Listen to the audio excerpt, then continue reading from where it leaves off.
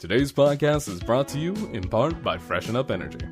Listen, y'all know I'm a busy guy, and sometimes I need a bit of a boost, which is why I turn to Freshen Up Energy. With 100 milligrams of caffeine derived from coffee beans, vitamins B, C, and D, and zero sugar, Freshen Up has become my new go-to for getting things done.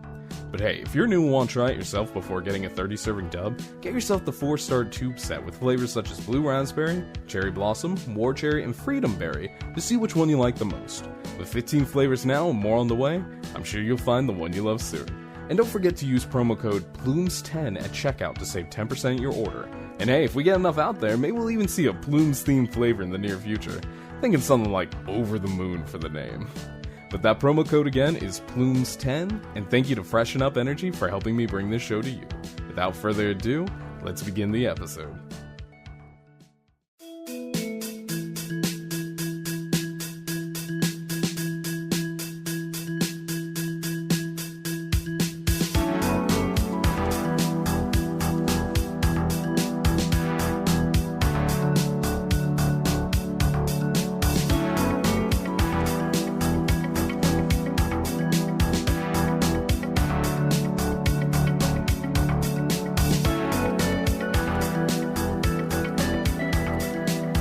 Hello everyone and welcome to PlumesCast. My name is Seth, aka PhantasmaPlumes. I'm coming to you pre-recorded from the Observatorium. As always, I thank you for tuning in today.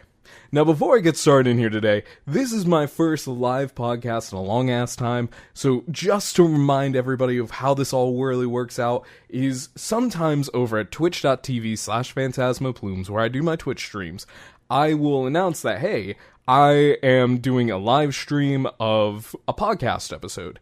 And as such, I am joined in by my lovely Twitch chat, so you might hear me stop and be like, oh, so-and-so said this. I promise, right? I promise I am not talking to myself. I have some people that are talking with me.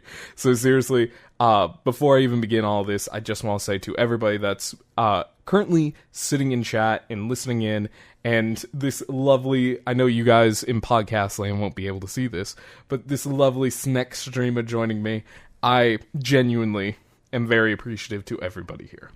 Now that said, another reason why I'm doing this live is because, as I talked about last week in the podcast update episode, we are currently running a couple of charity type situations where right now I have a UNICEF donation bar on my Twitch account. So basically, I'm running it from the start of September to the end of October. Usually around this time of year, I'll do Trick or Treat for UNICEF, which helps provide really countries in need with medicine, food, water, and I decided to do it something a little bit longer because for those of you who aren't aware, during September, it's known as Subtember for Twitch streamers. And what that means is, like, you get subs at half price, but the full price still goes to the streamer.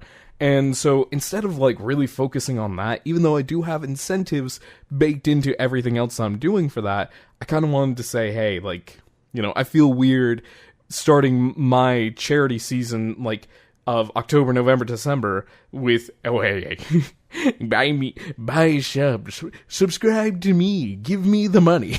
No.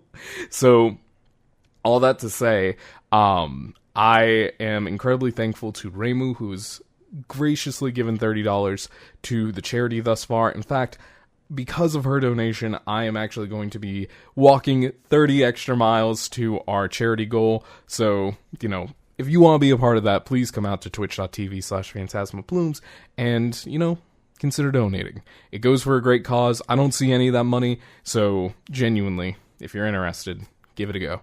But anyway, Remu has requested that I talk about something that it's a little embarrassing. So I've talked about this before on the podcast and many more times on the stream side of things. But back in the day, I'd say around middle school-ish, I started writing. I actually did a lot of creative writing. In fact, I wrote the equivalent of 7 books. Fully wrote those things out, submitted them into writing contests. Genuinely speaking, I was confident that I was going to be a published author. And the reason why I never went through with those is because because I was under 18 at the time, the money that I would have made would have gone to my parents instead of me. And, like, I didn't want to help fuel their alcohol problems any more than what I already was doing. So I was just like, alright, I'm just gonna let it ride. But there was also something else about, writing in general, okay? It wasn't just any kind of writing, no. It was fan fiction. It was fan fiction, and I am here to talk about how I believe fan fiction helped save me when I was going through a bunch of trauma.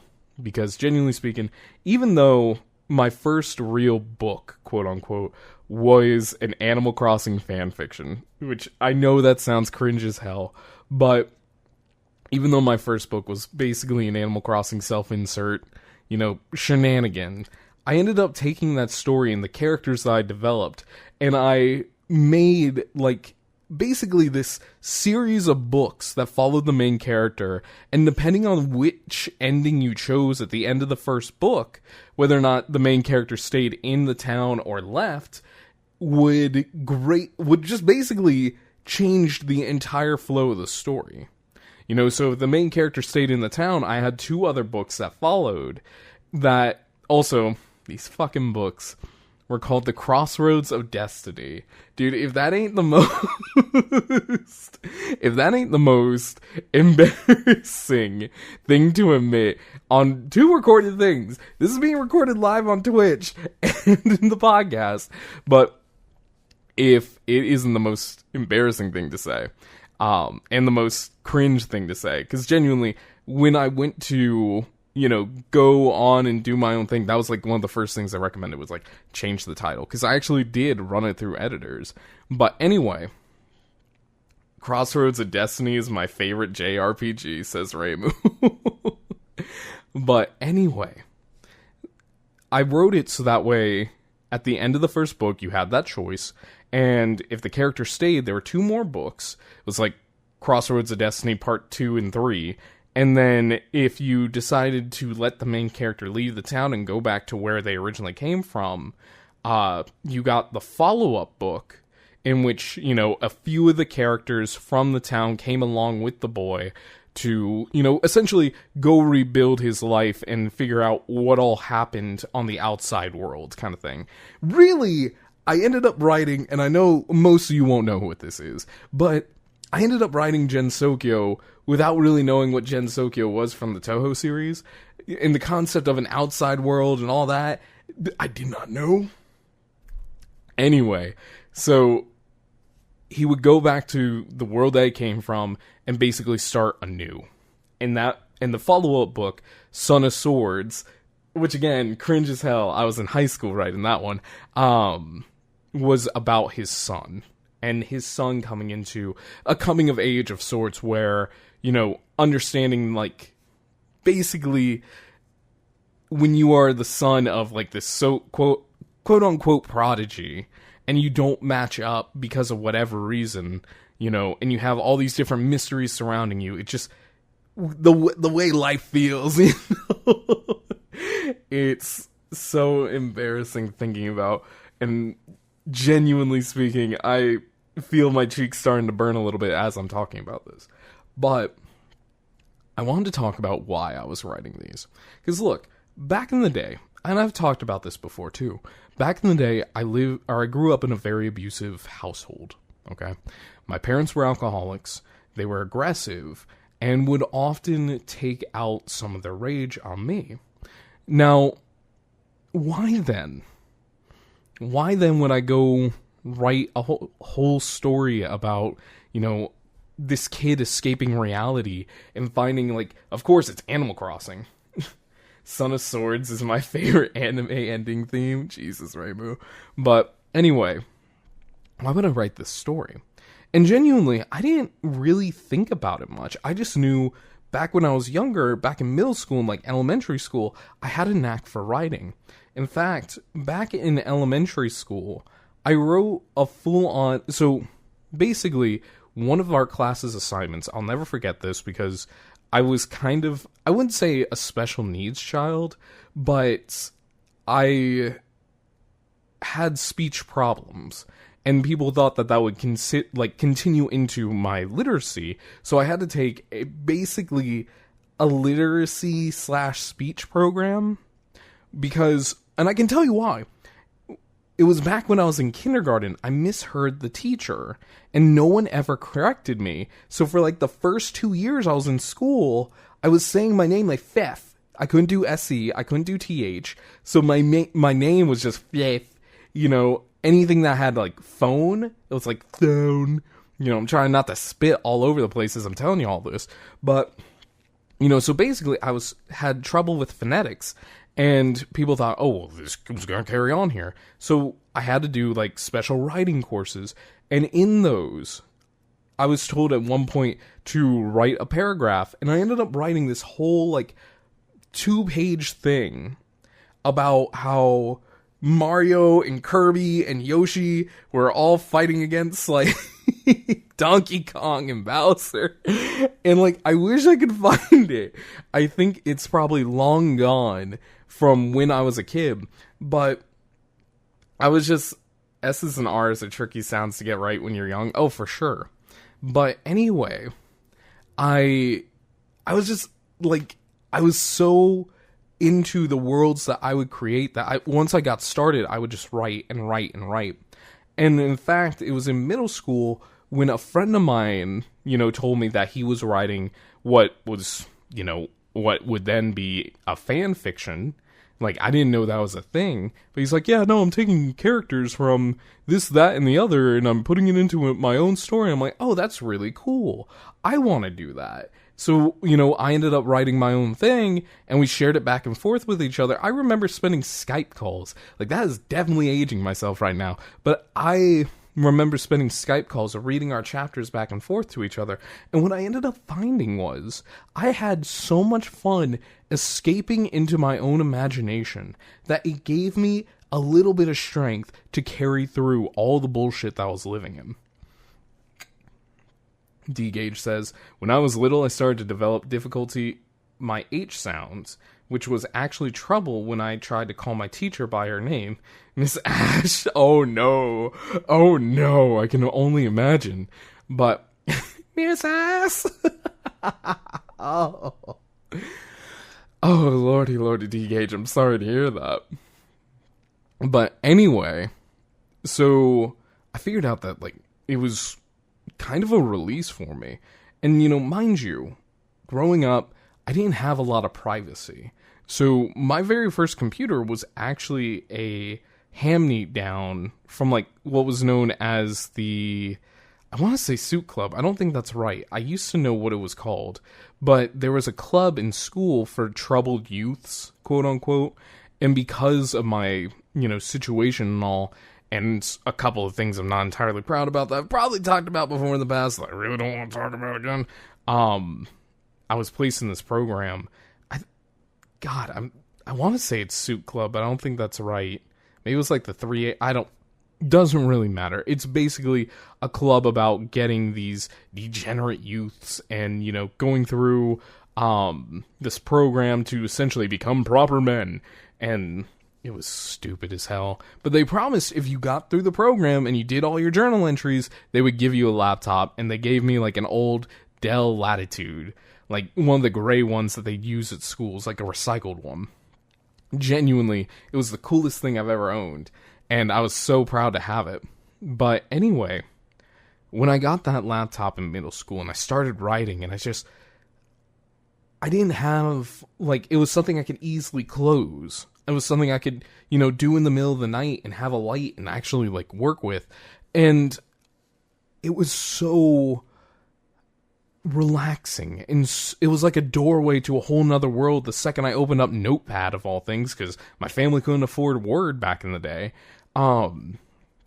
Just to go through and just start crafting this world that genuinely I feel like most people would probably replicate in like modern day Roblox or, you know, Minecraft or anything like that. Really just getting in touch with my imagination and being free to do whatever I wanted to. Sometimes I didn't just write, you know, Son of Swords. Sometimes I wrote poetry. Like, I think if I quickly did a little digging on my computer, which I'm going to do right now, I could find some of my old poetry, and I would not be against sharing some of that, if only because it's important to see where you came from in life, I would say. And it was just healing. That was the thing. I never really anticipated how healing it could be. Here we go. I think I found the folder. What is this? Sorry. What is this? Oh my god. Oh no, I'm not reading that.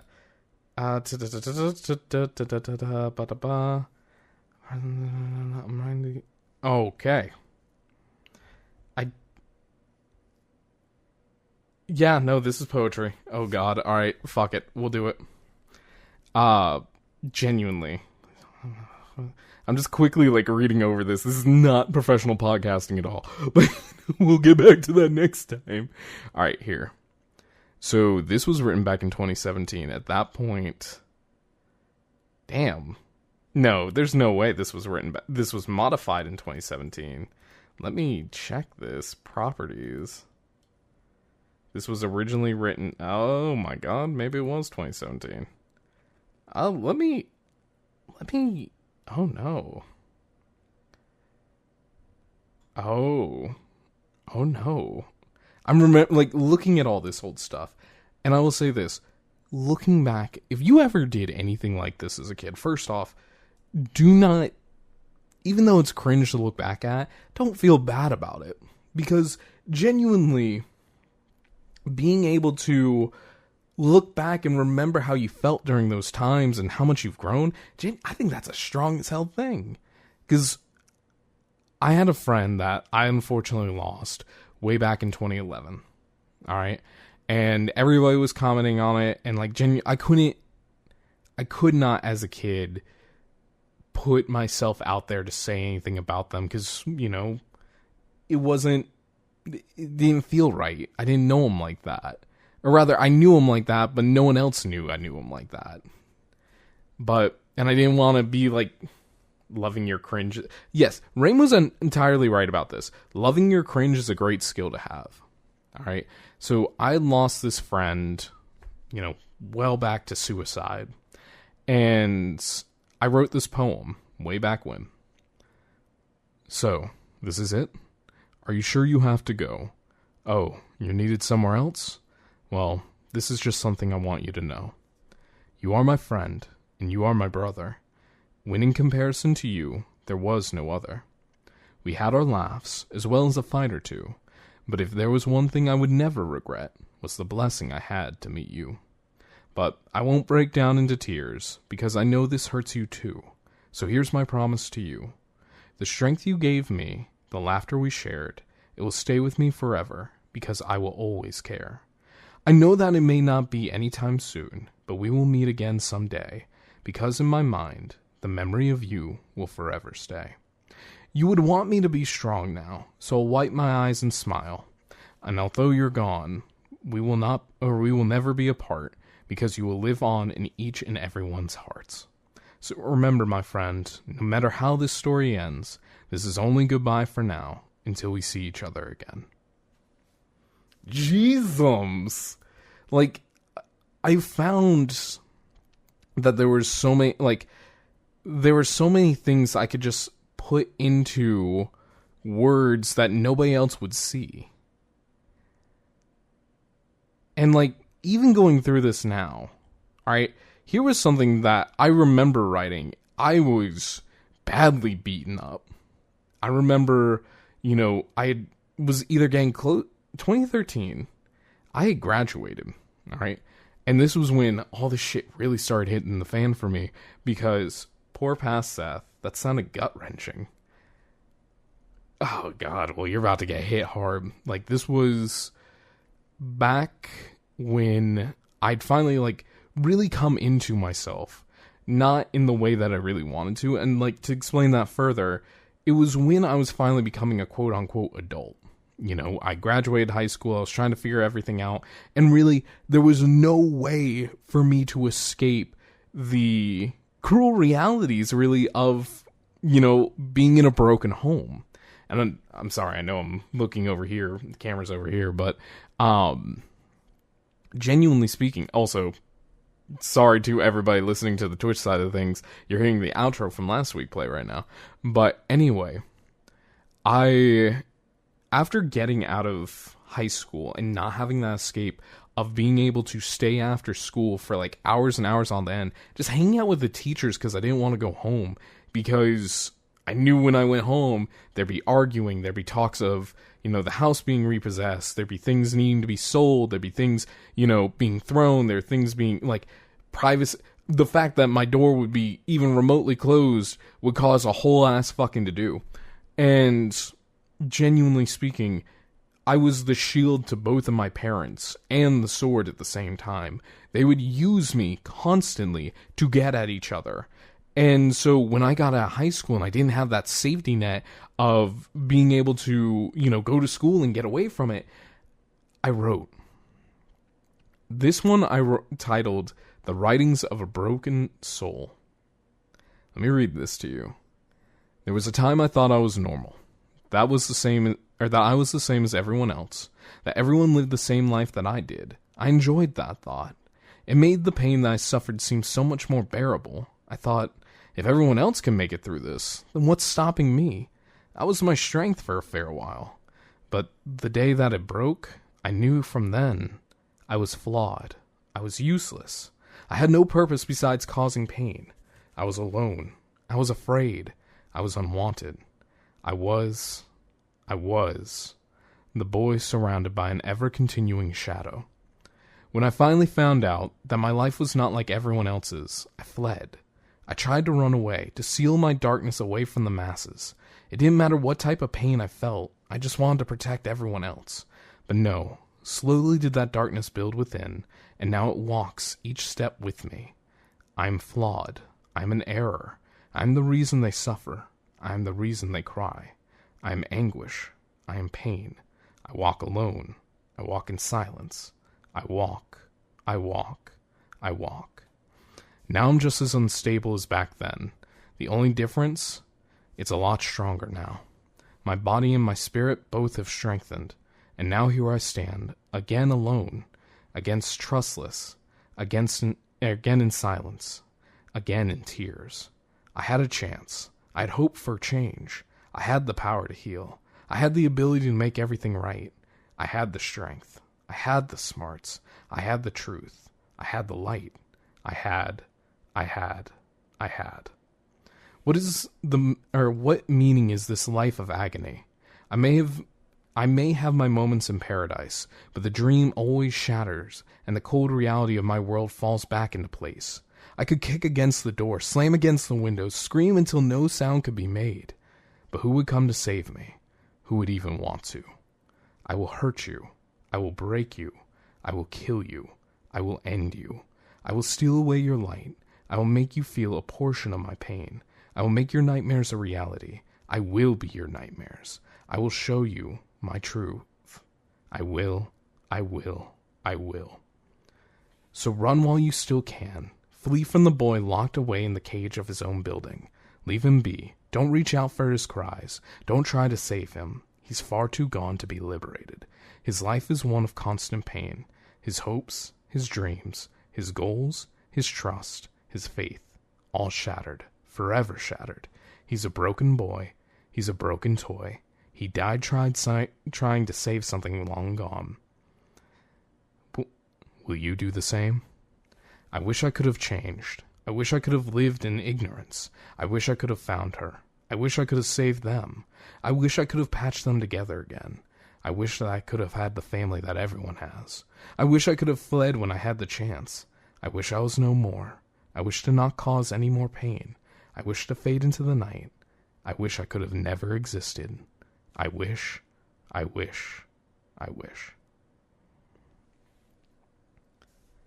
That's a great visual novel writer. I mean, genuinely, that was the stuff that, like, in writing that, getting my feelings out, because that was the thing. Even though I was going through all this, I didn't have anybody that I could really turn to. You know, going to the school counselors and all didn't help, because they would look at me and be like, well, we're going to call defects, we're going to do this, we're going to do that. And just like, that's not what I wanted. At the end of the day, all I truly wanted was to maintain whatever semblance of a family I had. And it's weird to say that now, you know, looking at this now 10 years down the line, like, the thing is too, is being able to write down these feelings, being able to express these feelings and looking back at them, I feel both, you know, the dread that I felt as a kid, but also a surgeon's, like, a strength. You know, knowing that I was able to overcome all that as a kid, that back then, that was my entire world. Now here I am, you know, coming back through and saying, hey, you will pull through. I wish I could have told my past self that. You know, I wish I could have been there to pat him on the back and be like, you will be stronger from this. And it's weird to me to think, at first, like, how embarrassed I was about sharing this. But at the same time, like, all this stuff doesn't make me feel bad for what I wrote and what I put down. Like, here, I'm quickly glancing over one more thing that I want to read you, and then I want to kind of go back to, you know, the typical PlumesCast format and follow up with why I think writing that stuff back then helped make me stronger now. Hard to imagine the world outside prison when you're in one. True! No, Raymond, that's entirely true. But it's like, let's see. Okay. So, even though, like, I want to point this one out. This was from 2 years earlier, back in 2011, when I was starting to, like, find all this shit out. When I was really starting to get into the bad shit of my life. I wrote this. Reflections from the mind of a stargazing teenage boy. You know, I've come to realize something on my carefree nightly strolls across the miniature green plains that I've come to enjoy, and that's to simply enjoy things. Perhaps to the ones who know me best, this may be too simplistic for my taste, but I guess when no one comes around to think about it, the thought must rush to your mind that something is beautiful. And no, I'm not talking about the girl jogging along the side as you carelessly stroll among the worn dirt paths. But I'm talking about those little things that just make you smile. I've come to realize that some things in life, or some of the things that life gives us, the best things in the world, are often ignored and left to fade into the night.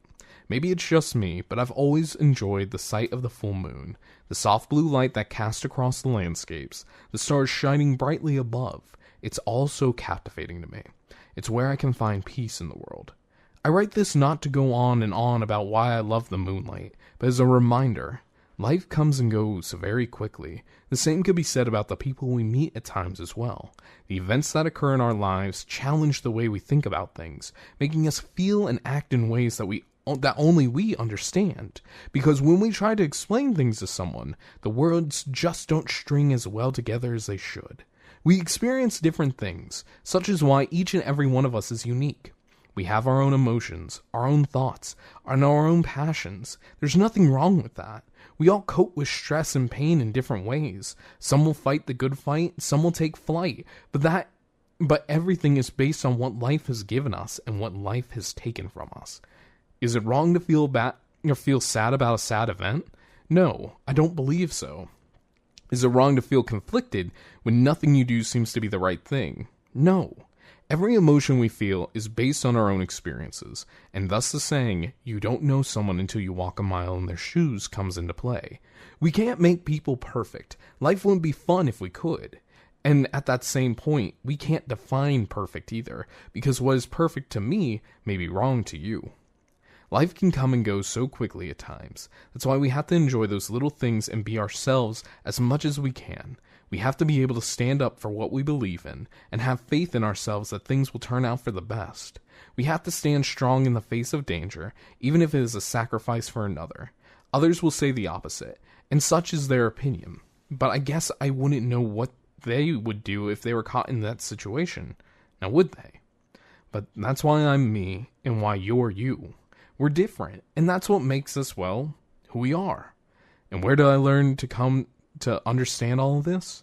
From a simple stroll under the stars and amidst the cool breeze of the night. Jeezums. Like, all that to say, I can find, and it's weird, like, almost a year later. Let me look at this real fast. Blah, blah, blah. Yeah, I don't think I'm going to read that one. That one looked a little too dark already. But past that's the great dang Chinese Taoist poets. God. Oh, Lord Ramu. But no, all that to say, being able to write down those thoughts, being able to, go back in time, whether that be through photos or art that you create or anything else, I think it allows us to, really be proud of where we came from. Because in that moment, I was transported back to what I felt back in 11th grade when I wrote that. Or back in 12th grade, or back when I was graduated out of high school. Stuff of which I haven't thought about in years that instantly brought me back over. Now, granted, being able to express yourself in these kinds of ways, whether it's, in writing or in art or in photography or whatever else that makes your heart smile, or at least gives you the sanctity of privacy. It's not always, super easy to figure out, like, which one works best for you and whether or not it's the right thing for you. But I will always make the argument at this point that because I was able to write down everything that I was feeling, I was able to process things so much better, and I would say even more maturely than when I would have otherwise, or what I would have otherwise. Because again, I didn't have the luxury of having people to talk to. I didn't have the luxury of being able to escape to something after I graduated from high school, for example, or during the summer or anything else. So it was just getting basically beaten time and time after, everything else, to have something that was purely my own, something that I could write and just get every emotion out. I bet if I pulled up some of my old books that I've written, I would find what days I was feeling good. Like maybe I had a good day and nothing bad happened. Bad being relative, I'm sure. But I would be able to tell which chapters good things had happened that day.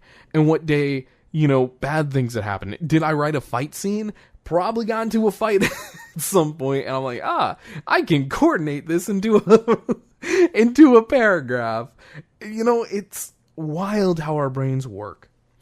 But at the same time, I hope that if you have ever done anything like this, if you have ever expressed yourself in a way that genuinely you don't know whether or not you'll ever see it again, I hope you are proud of yourself, that you gave yourself the opportunity to get some of those deep hidden feelings out. I, in my heart of hearts right now, feel nothing but pain for the past that I've come from. I can feel the despair that I've overcome welling up inside me. Even though it was something that I have already, long since overcame, I can still feel it. I feel the memories. I feel the scars of a trauma-filled life resurging within me. But at the same time, it doesn't hurt at the same level. I can understand what I felt and what what was going through my mind when I wrote those little bits here and there. And genuinely, I can't say I'm not proud of that little me who survived. I am not, by any means a trauma-written author or anything like that. I'm not somebody that went out and just took the world by literary storm with all this stuff I was writing down. And maybe, that was a goal back in the day, to be a writer, be an author, and, get my books out there, and then go one step further and write a memoir. Like, genuinely, to this day, as I do the podcast and as I, continue to grow PhantasmaPlumes and everything else, I do want to have a book at one point. And reading this stuff, going back into the things that I've went into, I remember that passion, that, goal that seemed to carry me through the worst things about my life. And again, I want to reiterate, if any of you listening to this have done anything similar, don't look at that and be hateful towards that past self. Realize that you did that because you needed an escape. You gave yourself a break. You loved yourself enough to express your feelings in a way that felt personable to you. Be proud of that. Be extremely proud that you had the knowledge and emotional confidence and maturity to use your pain, your hurt, your suffering to become something positive, to become a goal that you could drive towards. Maybe you wanted to be a professional photographer because of what photos you took, and it gave you an escape. There's nothing wrong with that. That said, I remember feeling like I wanted to be a professional author, and I wanted to write self-help books and go on a step further and be like, hey, this is the story of how I survived two abusive parents, having to fight people for money, getting into street races for money, doing, accidentally, being a part of things that I shouldn't be a part of, that genuinely I wouldn't have done it if I knew it, kind of thing. I.e., I had idiot friends who carried things with them with the intent of selling them, just to be upfront. I'm not going to say what those things were, but they were green and leaves. Not exactly mint, if you get what I'm saying. Anyway, hint, hint, nudge, nudge. That was years ago, and even still I feel disgusted to know that I facilitated that. But anyway, all that to say, if you guys have any questions out in Twitch chat world and you want, to ask about anything that I've talked about, feel free. But genuinely speaking, I remember wanting to be a writer, right? I wanted to, create worlds that would allow people to escape whatever trauma they were going through. Because I know for a lot of people, reading is that escape. Reading is not just a vehicle of which to gain knowledge. Reading is a way to, experience things that they would never get to feel or see or do. And I wanted to be yet another writer that allows people to do that. Google's statute of limitations for possession of the devil's lettuce. God damn it, Matters. It's easily over 10 years, hopefully. But anyway, all that to say, I think if I went back in time and I talked to the past me and I said, hey, you not only overcame this, but you went to become a podcaster with 55 episodes, 55 of different life advice and tools and things that you grew to learn, I think that little me would be pretty fucking proud. Now, granted, is podcasting my modern way of escaping society and, or escaping life's problems and trying to manifest things and all that fun stuff? No, I wouldn't say so. I would say because I learned by doing this stuff, by writing, by escaping, by understanding my emotions and the way I felt, I became stronger and more knowledgeable to then come to y'all 10 years down the road, 9, 8, 7 years down the road, and be like, hey, be proud. Don't ever sit there and just hate yourself because you wrote something that you thought was cringe. And genuinely, I hope anybody who did anything as a kid to get past whatever life was blocking you with, I hope you go and try and find it and see if you feel those feelings that you felt way back when you created it. And be proud of those feelings. Be proud of the memories of the fears that scared you. And realize that you have overcome something traumatic. Something absolutely crazy that used to be your entire world. Granted, some of us don't have the luxury of being out of those situations quite yet. I understand that. But allow yourself the peace of mind and the self-love to come through and say, hey, you have grown, you haven't climbed over the whole mountain yet, sure, but you are much higher than you were back then. So even though I am embarrassed as hell to say I wrote Animal Crossing fan fiction as my first real foray into writing, it was the start to then go out and write everything else. And genuinely, I can thank Tom Nook for that one. I will hold my head high. It's embarrassing, sure, but I can hold my head high knowing that I gave myself, my younger self, the peace and love that they deserved. And I hope you guys can do that for yourselves too. Now, that said, okay? That said, when you are writing, I want to do one little bit onto here, in the last couple of minutes of podcast here, because I do have to start rounding things off. I want you to know something about writing when you're kind of escaping trauma. Let's see here. Raymu says, Dante's Divine Comedy is just a Bible and Greek mythology fanfic, complete with a self-insert and a love interest from real life. There you go. But I really want to just take a step further and, give you a little bit of tools, because maybe you are going through some hard stuff right now. Or maybe you will in the near future. I hope that doesn't happen to you, dear listener, dear viewer.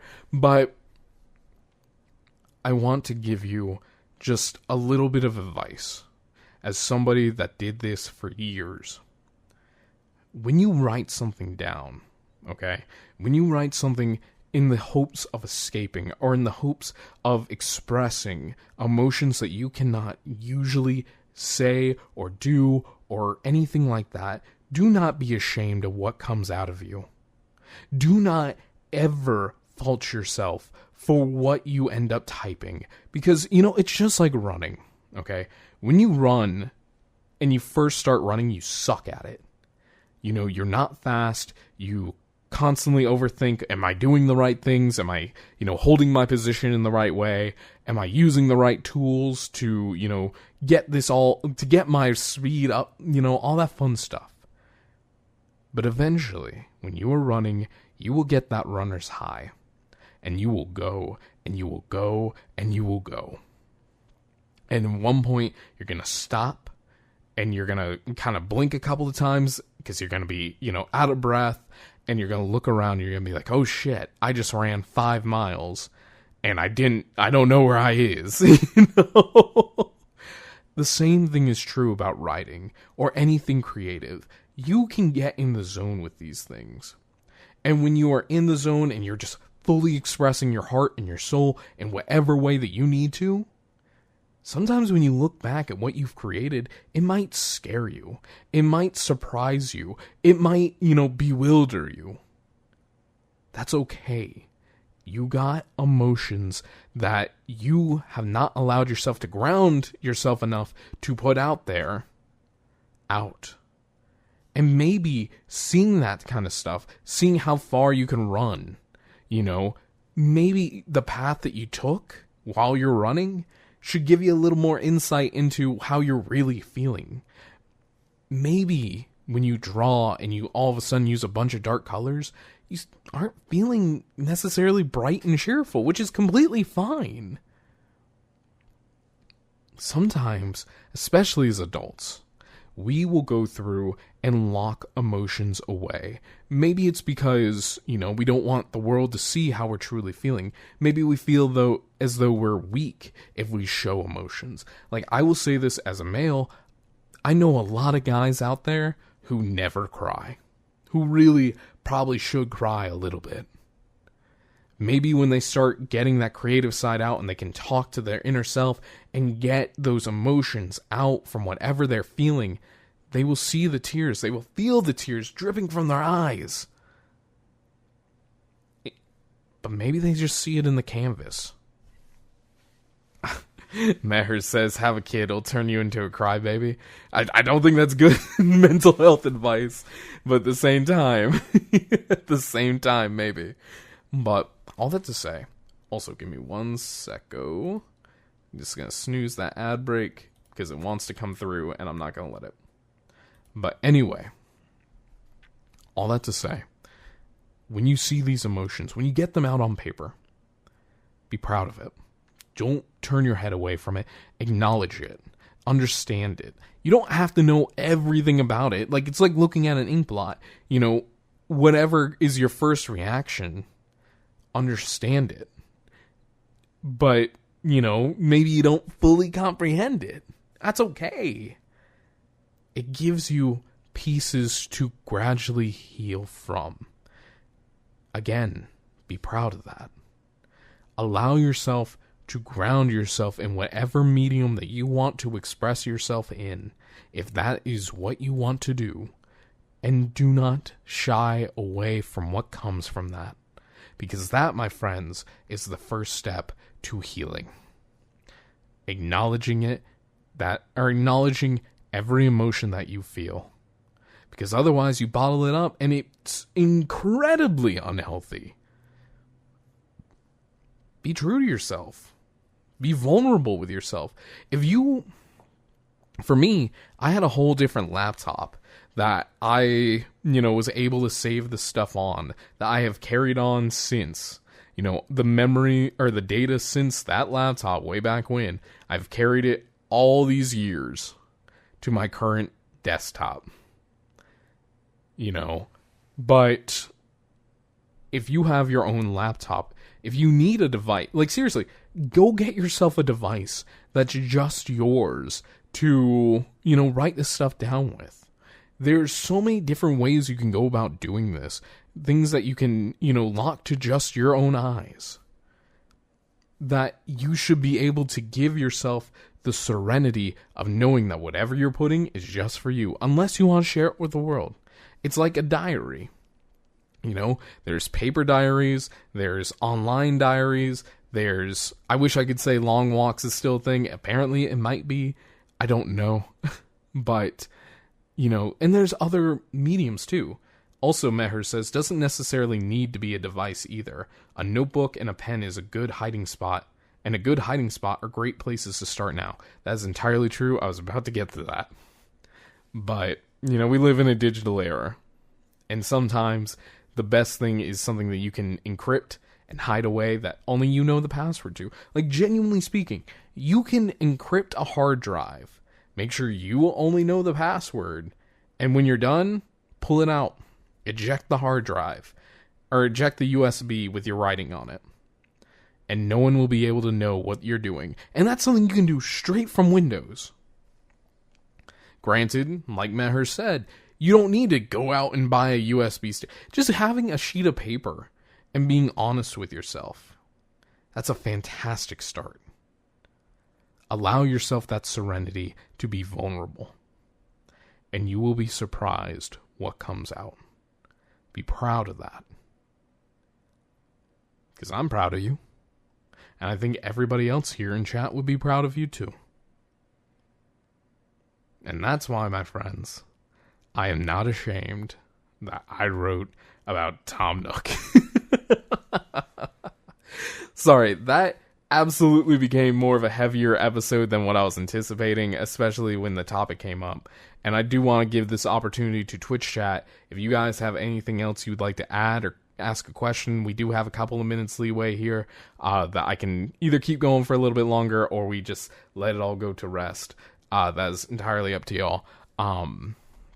But genuinely speaking, I know we covered a lot of different heavy topics today, and I'm very thankful for everyone that has made it to this far in the podcast, or on the Twitch stream, or the VOD, whatever the hell you may be experiencing this with.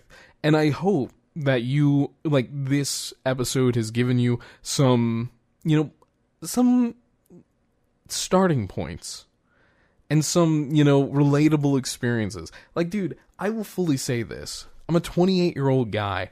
I'm, pretty strong these days.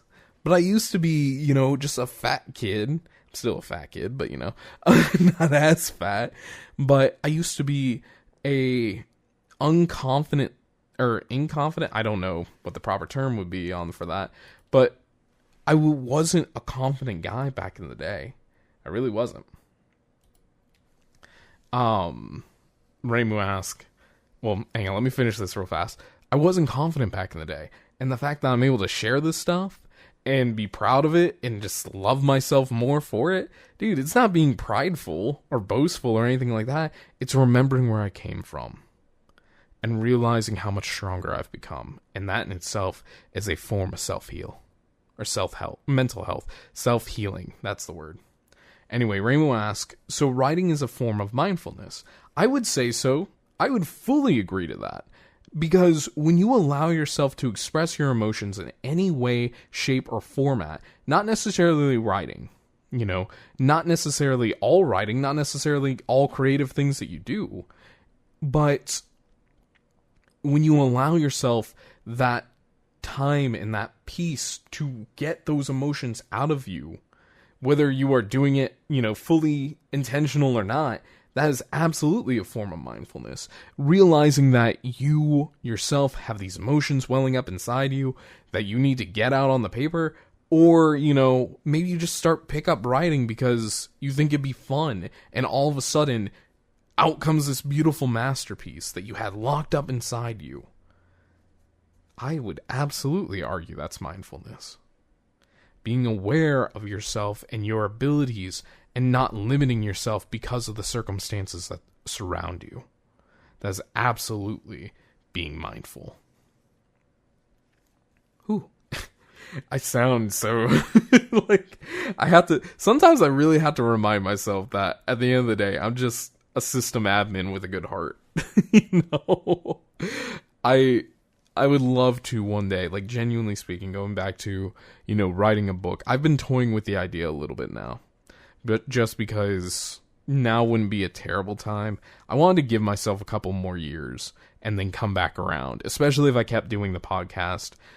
Especially the podcast. If I kept doing content creation in general, that'd be cool. But the podcast especially, I would love to be write a book called Reflecting on My Past, or, looking at myself in the mirror through a microphone. And talking about how doing the podcast made me realize a lot of the things that I've grown from and I've hurt from, and empowering everybody else while also empowering myself and being proud of everybody out there, everyone who's listened, everyone who's been a part of this, and all the growth that you've gone through and written in about and told me about, all of that. And then coming back to me too and being like, oh wow, way back when I started the podcast, I was not confident. I wasn't sure I would be able to do it, weekly or anything like that. And even now, I'm still going to do it weekly all the time. But all that to say, I didn't know what I was doing. I didn't know what I wanted to say, or, originally it was just going to be me talking about things going on at work, just so that way you guys can continue the conversation. And somehow, some way, it has gradually shifted into an advice corner, and even further into self-help and mental health and wellness in general. And I'm proud of that. I'm incredibly proud of that. This in itself, doing the podcast, is like my writing back in the day, where I could get, the things that I'm feeling and the things that I've learned out in some way. But this time, I'm not afraid of sharing it. I'm not afraid of admitting I made mistakes. I'm not afraid of, saying that I fucked up back in the day. And I can say with a lot of pride in my voice, I've gotten so much stronger, and I'm so much better looking now.